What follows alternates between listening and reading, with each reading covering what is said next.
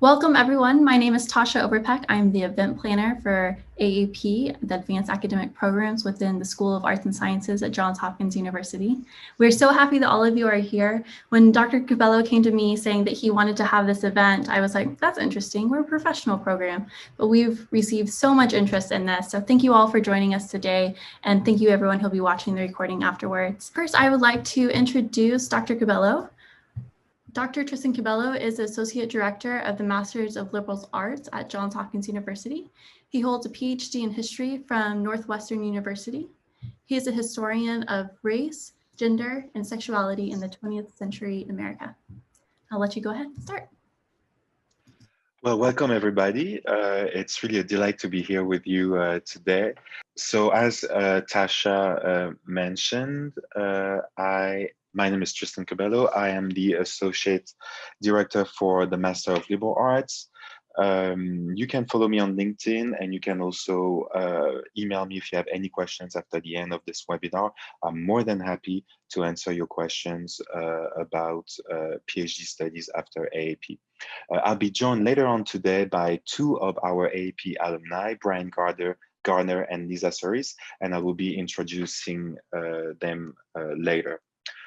For this webinar is going to be divided into three sections, roughly 20 minutes each. In the first section, I'll try to talk about and give you as much information as I can, doctoral studies, how to apply, how to select a program, what are the most important factors in the admission process. Then we will have a 20-minute conversation with two of our AAP alumni, Lisa and Bryon. And after that, in the final 20 minutes of the webinar, we will have also time for a Q&A to answer all of your questions. So as Tasha mentioned, it's not completely obvious to have this webinar at AAP because AAP, as Tasha mentioned, predominantly offers professionalizing and professional programs. But I've seen more and more students who are engaging in PhD studies after getting a master's from AAP. And the reasons are really twofold. They are both intellectual and practical. Intellectual because some students are falling in love with their discipline, their field of study, and they do want to know more after that. And also practical because sometimes for the career that you are targeting, you do need to have a PhD in order to get into the profession or to get the job that you are dreaming of. Why would a AAP student get a PhD after graduating?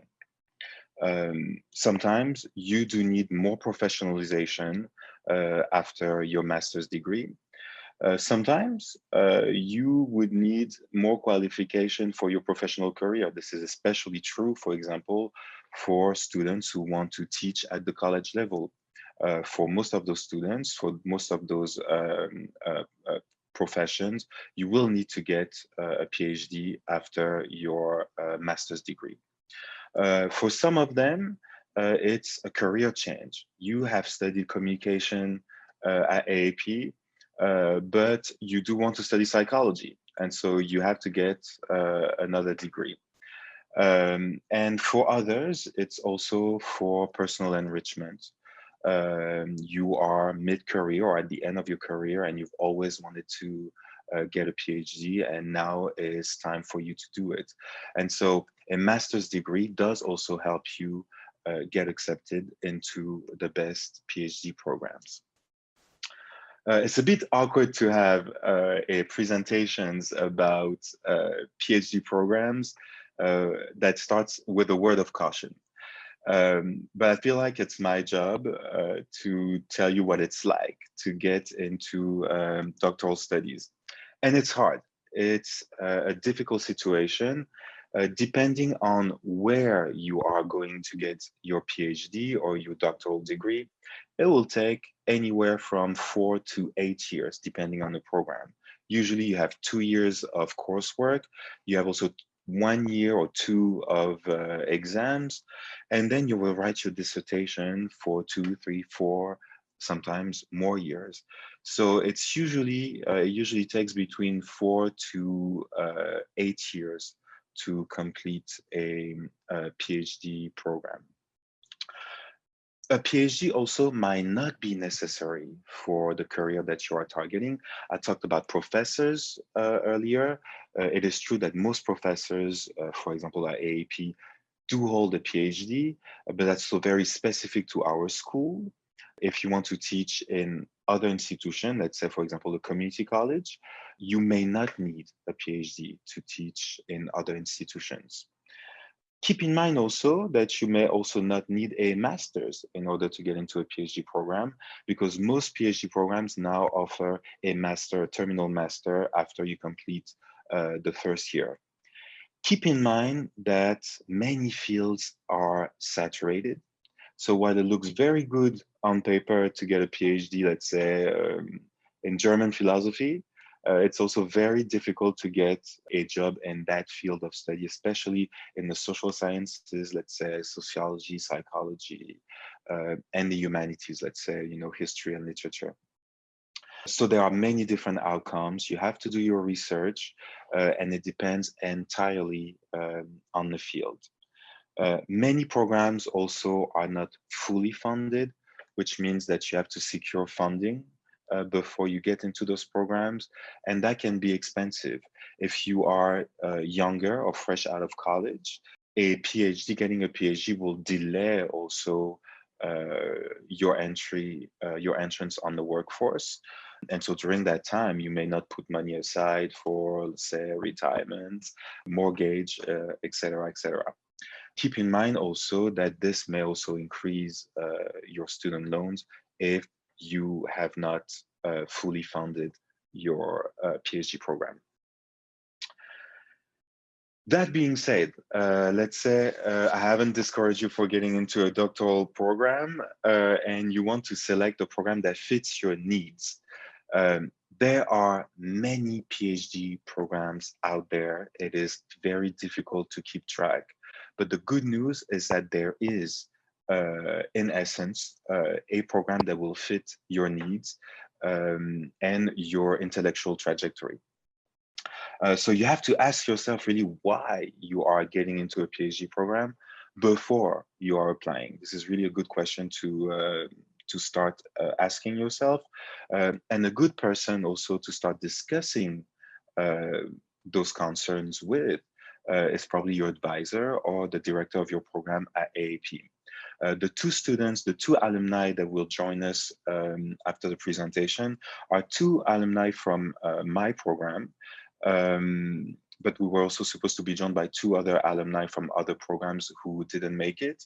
But when I did research on the number of students that continue with doctoral studies after graduating from AAP, I found out that there's literally many students in almost every single program.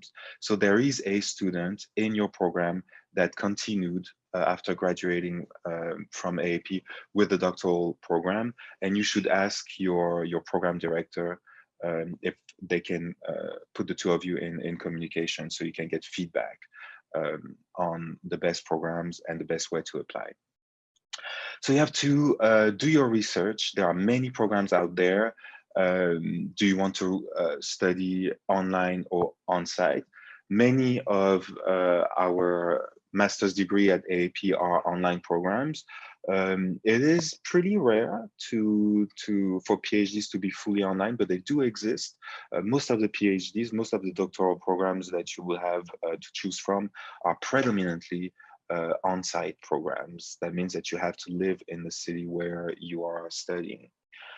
Do your research when it comes to ranking, but those fluctuate a lot, especially in those niche fields. You know, let's say you want to study again a field in the humanities or liberal arts or social sciences.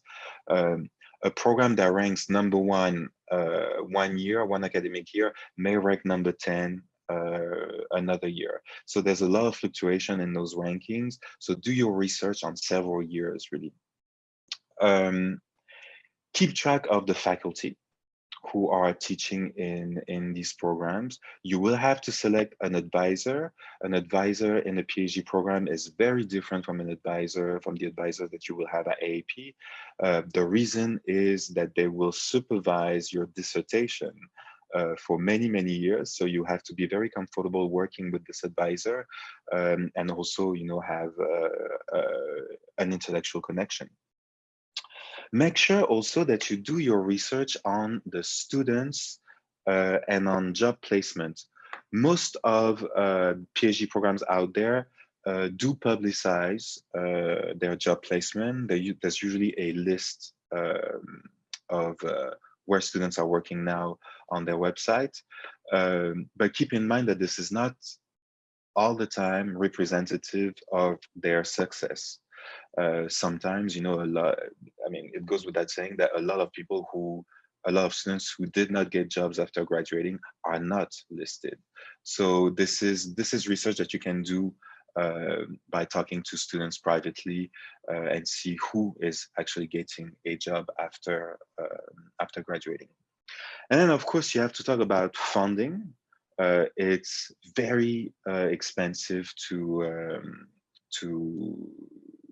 do doctoral studies in the US, but a lot of programs would fund you. And what does that mean? It means that usually if you get accepted into one of the most elitist, prestigious programs in your field, they will pay for your tuition for a number of years, and they will also give you what's called a stipend. That is an income, every month. Keep in mind that this income is very minimal. It's just there to make sure that you can pay your basic bills. So most PhD students do have to work on the side in order to make sure that their needs are met. So make sure that you do your research on funding. Usually in the most prestigious program, there are 10 to 20 fellowships every year that are being given to incoming students. But this is something that varies greatly from program to program. And of course, a 20K stipend, a 20K fellowship, let's say in Washington, DC, probably doesn't look as good as a 20K fellowship, let's say in Kansas. The cost of living is very much different. And that leads me to the last item here. Keep in mind that if you are studying on site, you have probably to move to the town where you are studying. And so it's very important also to be somewhere that you like and that you will enjoy, that you think you will enjoy for the next 4 to 8 years. Once you have selected a list of programs that you want to apply, it's a good idea to identify an advisor and a person that you would like to work with, usually somebody that's very known, very famous in your field. And it's a good idea to send an email. The reason you do that is because the school or the admission committee needs to identify you before you are actually applying. So when they receive your application, they know who you are. The goal of this query email, this introductory email, is just basically to introduce yourself and to make sure that you have an advocate on the admissions committee. Be informative, humble, confident, concrete, straight to the point, keep it short, and more importantly, do not feel entitled to a response. It's not because a potential advisor is not responding to you that you will not get into the PhD program of your dreams. Okay. Keep in mind that those are usually professors who have to keep up with the publishing agenda, teaching, administrative responsibilities. They are supervising 10, 12 dissertations at the same time. They are very busy. If they do not respond to your email, do not take it personally. That doesn't mean that you do not have chances to get into the program. The application package is usually similar for every PhD programs out there. And in order of importance here, I would say that the statement of purpose is probably the most important item in your application package. I will talk more about this later. The CV, your letters of recommendations are also usually very important. You may need up to 3-4 letters of recommendation from your professors, your advisors at AAP or in college. Your transcripts are usually important, but not all that important. Nobody is going to actually look at your GPA or at your grades. People just want to know that you have the degrees that are required to enter a PhD program. And finally, test scores. Most PhD programs, most doctoral programs out there are not requiring the regular test scores anymore, like the GRE, for example. The only test score that's still required, and those are for federal regulation, really, it's the TOEFL for international students who have not attended universities where English is the first language. That's still the test that I've seen that I'm seeing is required. The GRE, the LSAT, still it differs from program to program.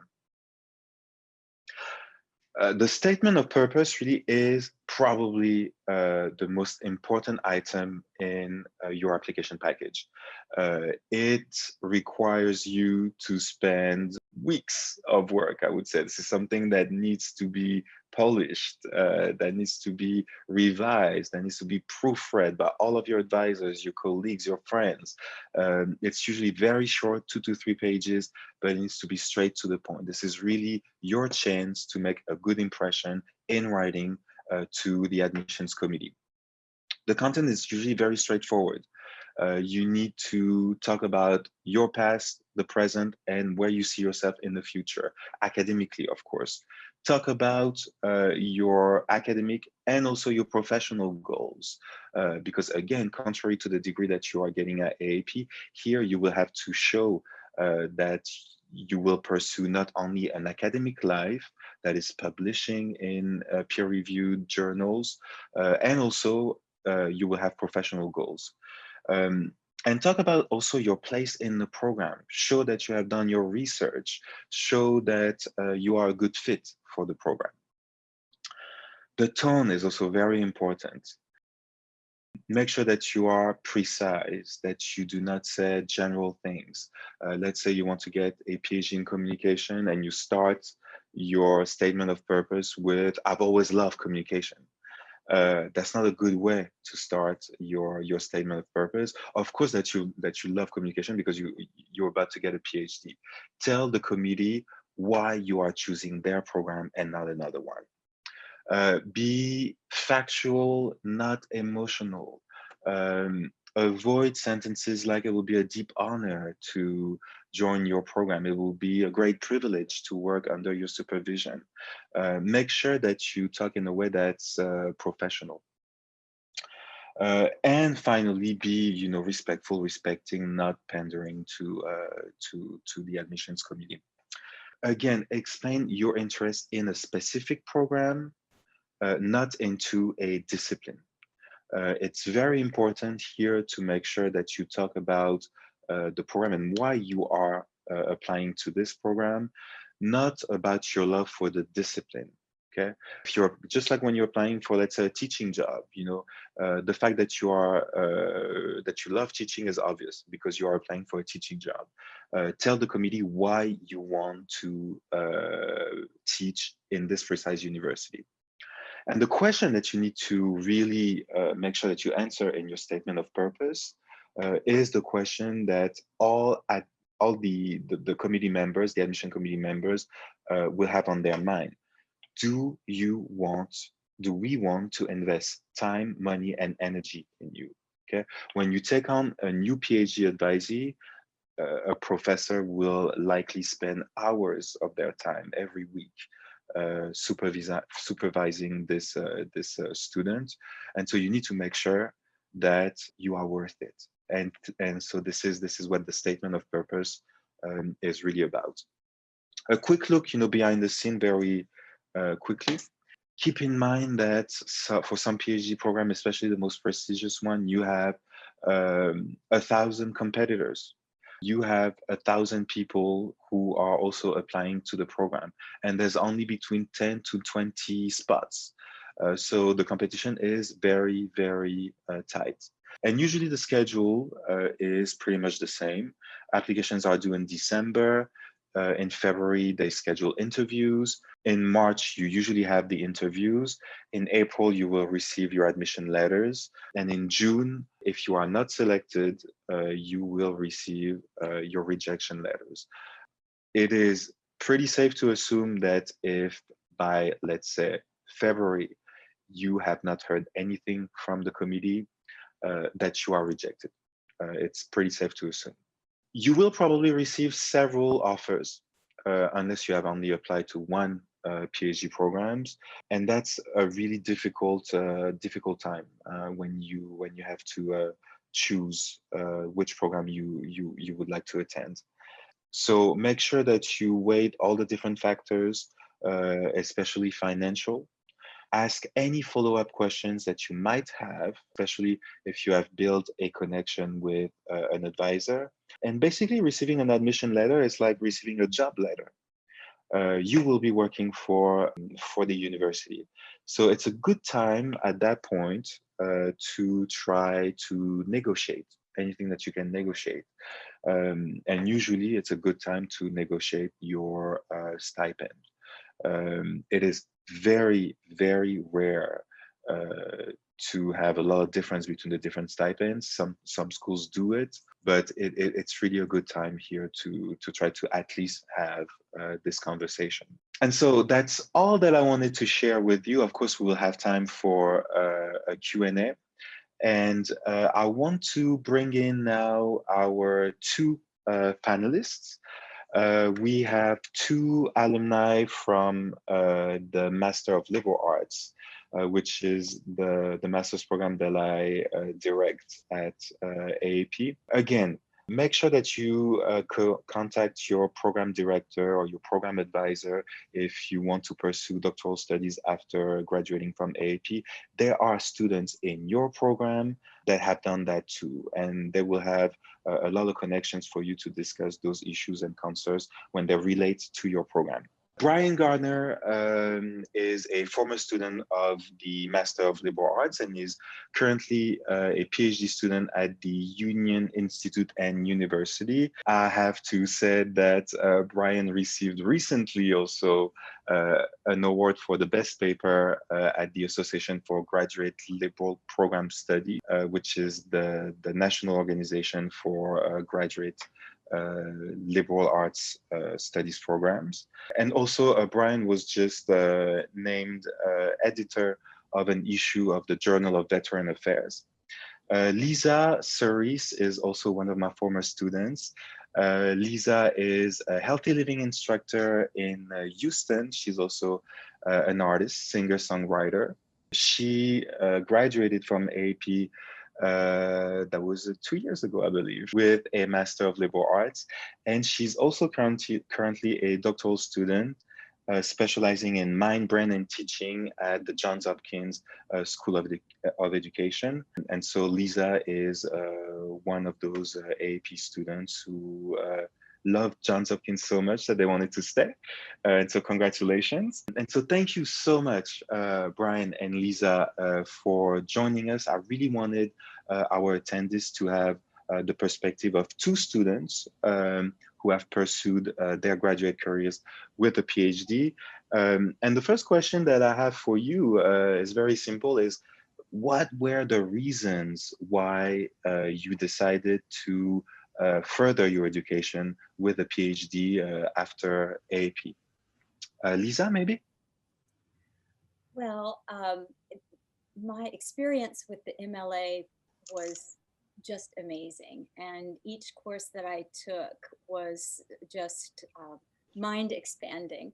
And so when I saw the end was drawing near, I knew I wasn't finished. And so I felt that there were several courses I took plethora of variety of courses in the Master of Liberal Arts. So my undergraduate was education, so that was very specific, and I felt like the Masters of Liberal Arts sort of broadened my lens. And then I took an education course during my time with the MLA and the social history of medicine, and it really inspired me to think about research that we could bring research from the neurosciences into our practices with healthy living. So I just knew that my journey wasn't over, and I did see that Johns Hopkins, and speaking to Dr. Cabello's point about finding the specificity of the organization of the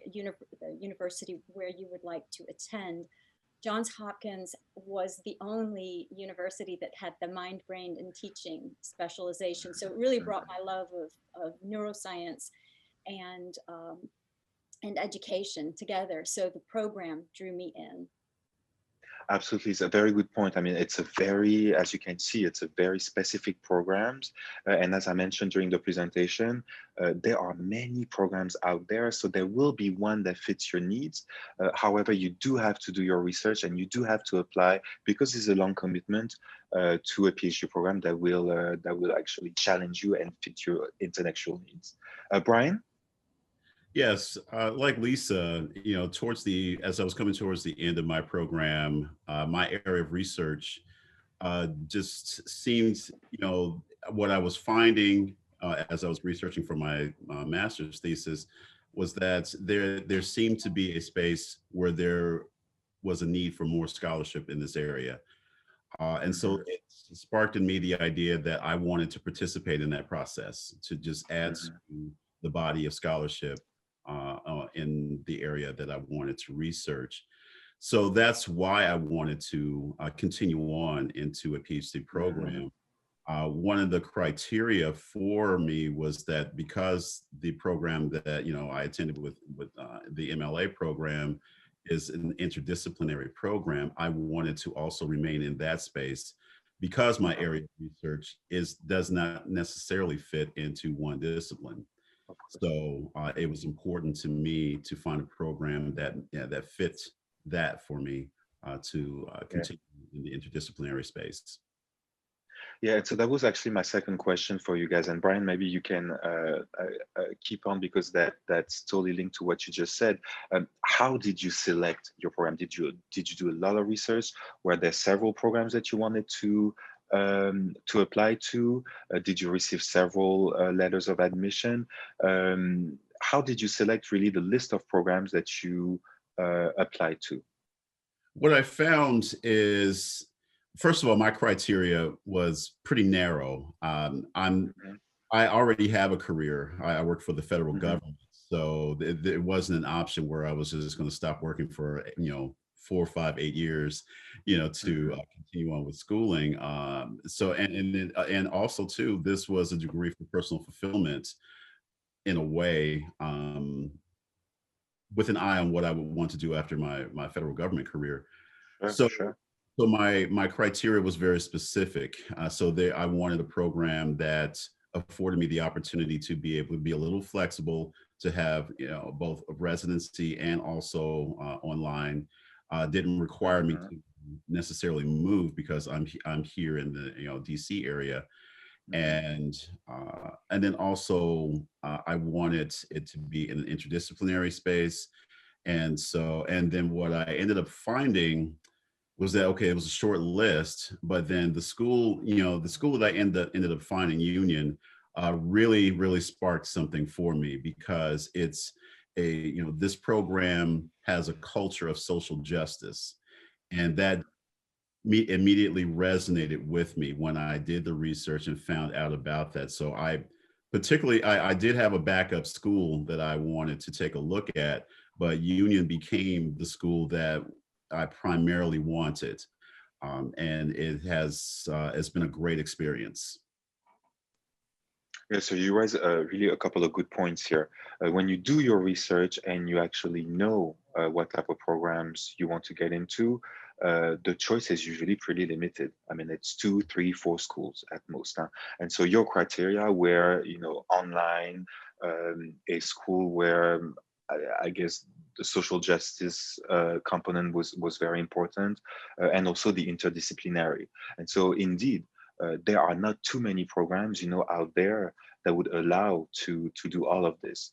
And so when you really truly know, and I'm saying that for the attendees, when you truly know what type of programs you want to get into, usually the list is very small. It's 2, 3, 4 schools, you know, at most. Lisa? That's a good point that you guys are bringing up, because doctoral studies are like a relationship, and you really need to find that fit. And it's true that once you've decided what's important to you as a human being and as a student, because you will be spending a lot of time on this, and An awful lot.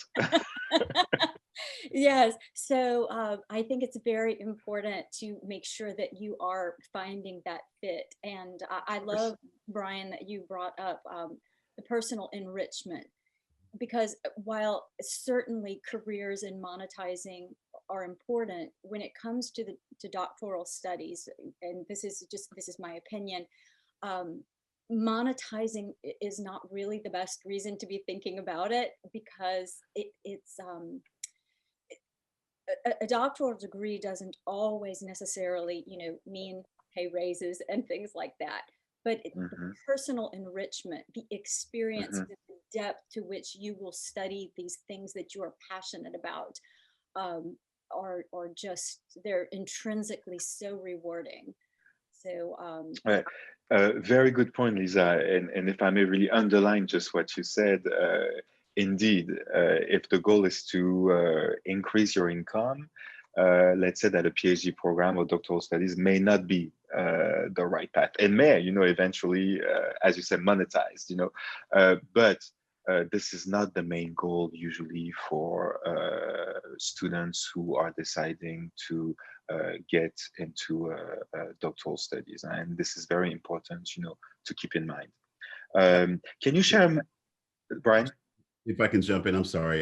You know, I just want Sure. to add though to just to go with Lisa's point. It really is important to really focus on your passion for this area of research, because quite frankly, there's a lot of reading, a lot of research, and a lot of writing, a lot of everything, a lot of investment personally in this, and you'll be tired. You'll go through life here, and so when you're tired and you're you know, face down on the sofa, and you're like, I don't feel like reading another chapter of anything. You know, it's your passion for what you're researching, what you want to say in this space, that gets you up off of that sofa. And so it's you know, less about the money and more about, you know, finding your own voice, your own passion for this.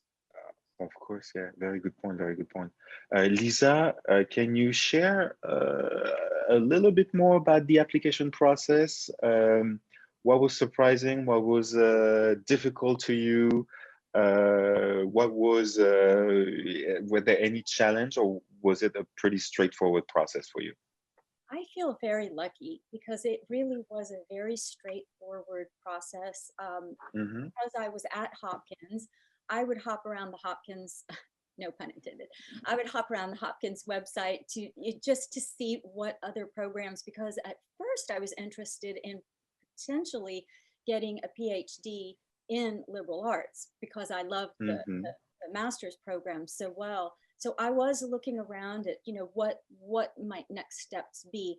And I did find, I found my program at Hopkins, and because I was already in the system, it was just very easy to communicate and contact people in the School of Education. And I think something important for me to bring up here is that my doctoral degree is a professional degree. So it's an education doctorate, which is slightly different than the PhD track. And so, you know, most of us, all of us actually are. Lisa, can you maybe explain the difference for the attendees?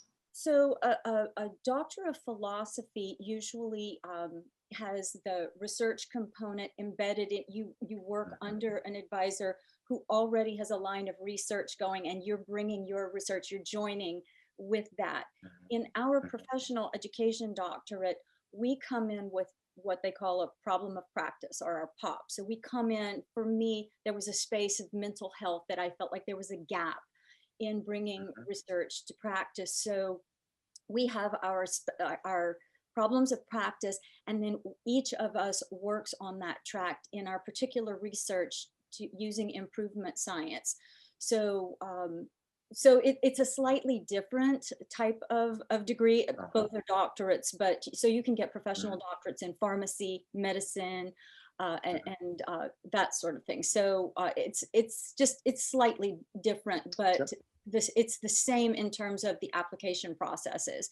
I loved what your presentation, and Dr. Cabello was spot on in terms of the all the suggestions you made. Those are things I did, in terms of the following the protocol with the statement of purpose. And I think it sounds corny and cheesy, but really digging deep and believing in why you're doing this. And I think that your statement of purpose wants to write itself if you really are believing in that this gap that you so desperately want to spend the next many years spending your life focusing on is that important to you, and bringing your voice to that. So I finished my application in January. I got my letters of recommendation in, and I heard back by March. So, but it was a very narrow, this was the program I wanted. I had 2 other programs I was thinking about, but I actually hadn't applied to them since they had rolling admissions. Hopkins had a cohort that you only could come in and fall. So that was important to consider as well. But the process was very smooth. Great. Bryon, can you share a little bit more about the application process for your PhD program? Sure, yes. About the December before I entered, which I was still in my MLA program, I, come to the end of my research and had started, filling out, my applications. So I wrote my statement of purpose in January, took the entire month to, polish it, as you advised, and got my letters of recommendation, the requests out. And also, getting, CV together, transcripts, they were in progress.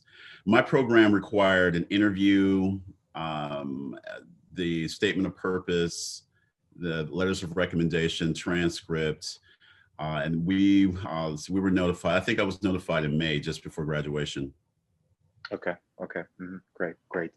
And as you heard during the presentation, I had a slide about a word of caution, because it is very difficult to get a PhD. Is there anything that you want to share here about something that I don't know, maybe something that you wish you had known before applying, something that was particularly challenging since you started your PhD, Bryon? My undergrad. I mean, you mentioned being on the couch and like needing to get up in order to read. In history, so reading and writing, I thought that I had that down, but no, it is a different level of writing for a PhD program. Because you're more positioning yourself within the space, within the universe of scholars, and it's more about your voice, more about what you're expressing on your research. Yeah. And Bryon, can you give an example? I mean, how much, let's say, how much do you write and read in a semester, in a week, in a semester? Well, my program is set up for 4 classes per term. We have 2 terms a year. So you can imagine what my life is like if I'm taking 4 classes and working full time. There's not much time for anything. Wow. Okay. Yeah, indeed. Indeed. So that's a lot of work. Lisa, can you? Oh, I'm sorry, Bryon. Yeah, I'm sorry. Yeah, so at the beginning of each term, we have a 1-week residency where we're actually physically on location, and the campus is in Cincinnati, and so we all go. All the cohorts come together. We have 3 class sessions each for the 4 classes. So it's it's crazy busy week. In addition, we're also doing other presentations as well. I'm assistant editor for the scholarly journal for the program, and we have a special edition coming out in February. And so there's a lot of writing, a lot of work and writing, but it's also very fulfilling too because I chose it. Of course, and so this is why, of course, you need to identify your passion, before you get into a PhD program, because needless to say that if you're not passionate about what you're doing, you wouldn't be able to do what you are doing. I mean, it's pretty straightforward. Lisa, can you share maybe your own experience? What is it that you wish you had known before getting into a PhD program? Well, I think sometimes it's good that I didn't know. Okay. No, it was, we jokingly call it drinking from a fire hose, because it's an amount of work. The number of journal articles, are in the hundreds by the end of the semester. And so you're balancing your coursework with your own research. And so that's something that I wasn't really clear about before, because even in the master's programs, even though we're doing research papers, it's not the same kind of research papers. Of course. So it's a little bit different. And and in the master's programs, you're typically still learning and then discussing. This is learning, discussing, and creating your own knowledge. So it is a very creative process, which for me, of course, I absolutely love. But that's something that I think some people aren't as aware of in doctoral studies, that yes, you're coming in, you're learning in your coursework, but you are giving back and you're creating some new piece of scholarship. Like absolutely. That you're passing on, taking other people's research, but you have to come up with something. So that was something that was a little new to me, but that was, I think now in the MLA, when I started there, I think right when I was finishing, you had Dr. Cabello just started the research course, which absolutely fantastic, because that was one of my weak links in the research process, because that's a whole skill in and of itself. So taking some good research courses in your master's program, and how to do research and maybe some statistics, things like that. And that's a very good point that you bring up here, Lisa. I mean, and I'm saying that for the attendees. Again, it's a good idea to keep in mind that there's a leap. There's really a difference between getting a professional master's and a PhD, because as you said, Lisa, in a PhD program, you keep learning, but you also have to find your own voice as a scholar, as a participant in a scholarly field.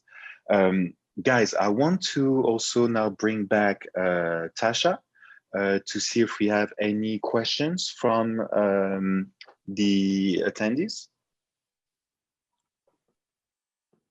Hello, everyone. Yes, we have a lot of questions. A lot of people who, first of all, just they're grateful that they can listen to what you guys have to share.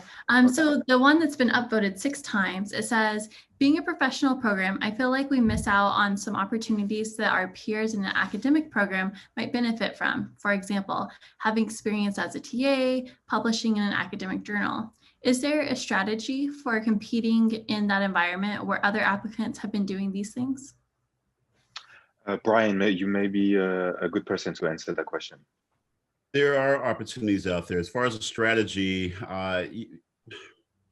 there are a couple of websites, the University of Pennsylvania and CFP list, and I can give those links later, that list calls for papers. And on those sites, you'll see opportunities to present at different conferences, which is a really good opportunity. I highly recommend that. And then also calls for papers for different journals, scholarly journals, and and other opportunities. It even calls for chapters for, books that, people are compiling. Those two websites are really great resources to, to see what's out there. And it's, you'll see it's divided by discipline, by areas of interest and research. It's really important for you to seek those things out. Certainly start with asking your advisor, ask your peer group, your cohort. But it's also on you to also look for these opportunities. And they're great opportunities, because for me, it was Dr. Cabello that first told me about the AGLSP annual conference. And, I was afraid. I'll be honest, I was afraid. I mean, presenting a paper in front of this, academic crowd was hard. So, but I did it. I pulled it together and I did it. And I was fortunate enough to, even, win an award with that. Out of that, though, create an opportunity to meet other scholars in the space, have conversations with other people. And out of that grew other opportunities as well for me. So the willingness to just step out of your comfort zone and really take that risk is important as well. Absolutely. Another question, maybe, Tasha? Next question is, this one's about timing. Is it recommended to begin a PhD immediately following a master's degree? Are gap years acceptable? How do you ensure that you are growing your experience in these years between a master's and a PhD? Lisa, would you like to take that one? Do you have an opinion? So I think that's a really personal decision. I Absolutely. directly from my master's program into the doctoral program, and you can look at it both ways. You can say I was in a great groove, so it was seamless because I started my orientation program literally 3 weeks after I walked the stage. Mm-hmm. However, I have a lot of colleagues who have, it's been a decade or more since they've gotten their master's degree, but they've gotten a lot of experience in their profession. I brought some experience before my master's, so I think it's really highly personal. I do think, I will say just from personal experience in this particular doctoral program that I'm in, our experience is very important. Our work experience, our life experience is very important. So there's academic experience and then there's life experience. And so I think if I were to recommend, I would say, depending on, your age or stage in life, having some work experience or life experience is helpful for the work that you will do in doctoral studies. That said, I know people who have gone straight from, we have one girl who's gone bachelor's, master's, right into the doctoral, and she's killing it. So I think it's personal, but I do think experience is very helpful because again, your voice is so important. So the more experience you have, then you can bring that heft to the conversation. Absolutely. And this is why it's also a very important thing to do your research before you apply, because you do also want to feel comfortable with but the students that you will be studying with, that you will be spending, the next 5, 6, 7 years of your life with. And so if those are students who are, fresh out of college, fresh out of a master's degree, and you have maybe more professional experience and you're not totally comfortable being with this crowd of students, do your research. I mean, there are, many different PhD programs out there, and there will be one, that will fit your needs again. Tasha? Great, thank you. The next question says, are doctoral programs in the science generally less saturated than those in the humanitarian or social sciences?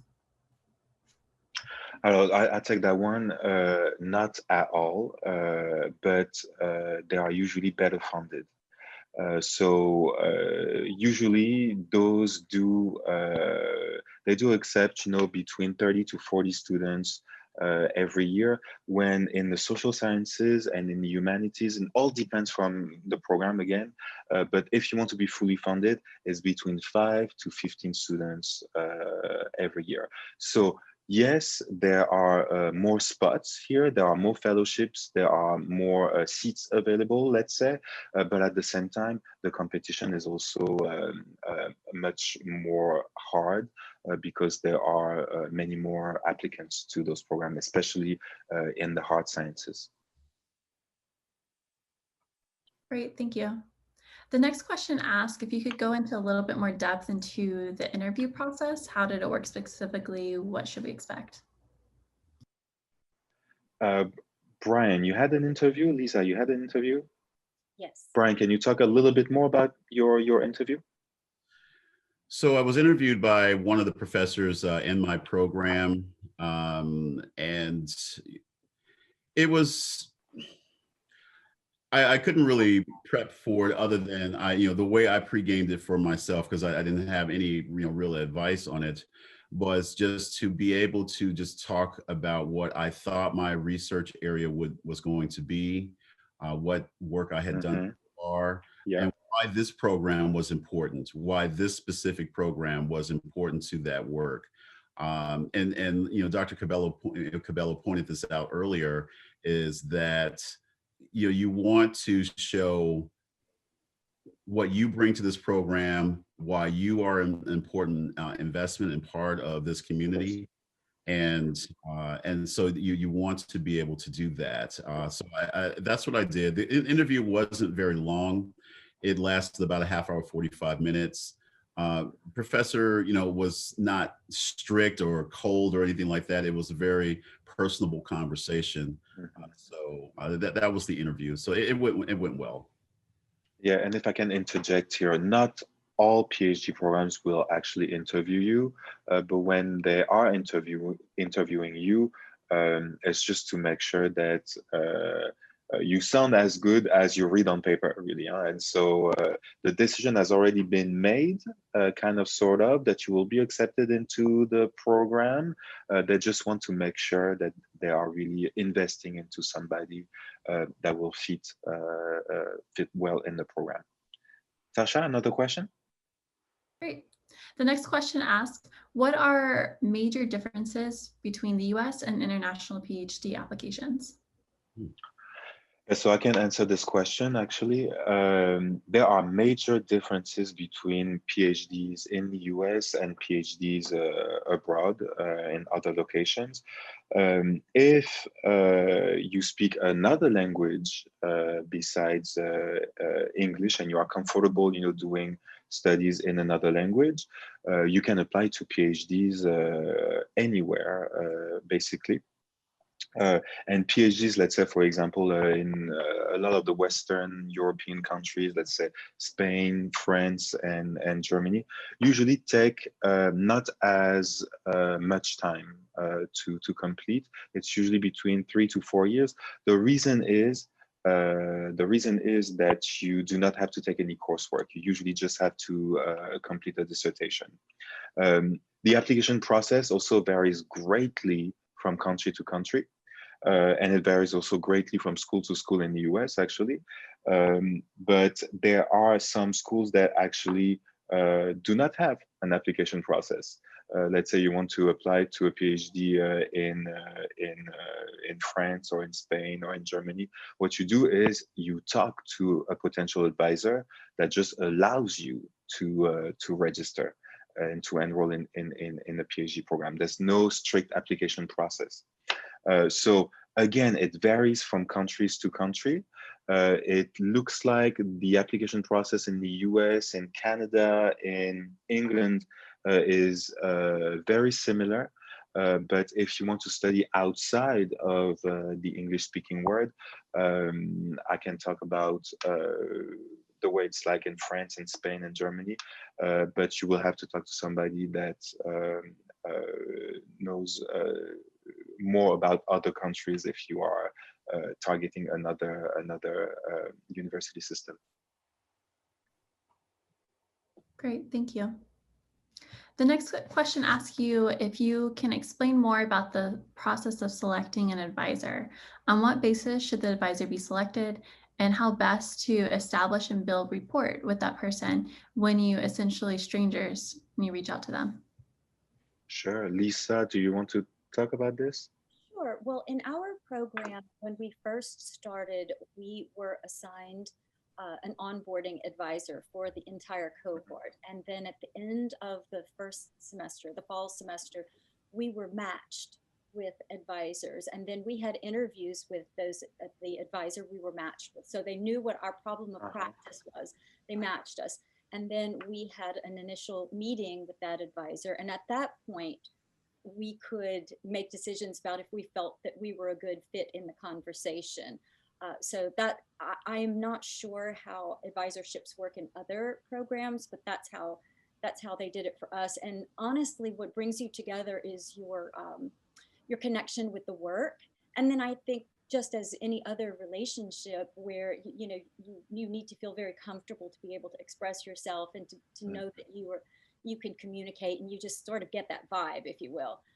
So most of us, I think, kept our original advisors because we were matched very well, because they'd given us a whole semester to show work and to express our interests, and then the advisors could look and see which students they felt would be good matches. There were a few that needed to make adjustments, but in the main, that's how it worked for us.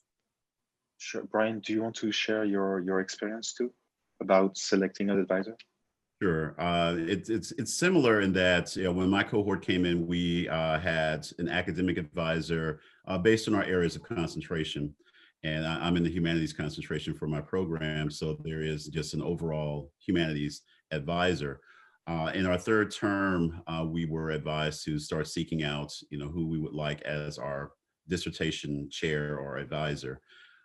I chose the advisor that I have now based on where my research had developed so far, and it aligned with some of the background for this professor. And plus, what helped to establish a relationship was that I'd had a couple classes with this professor.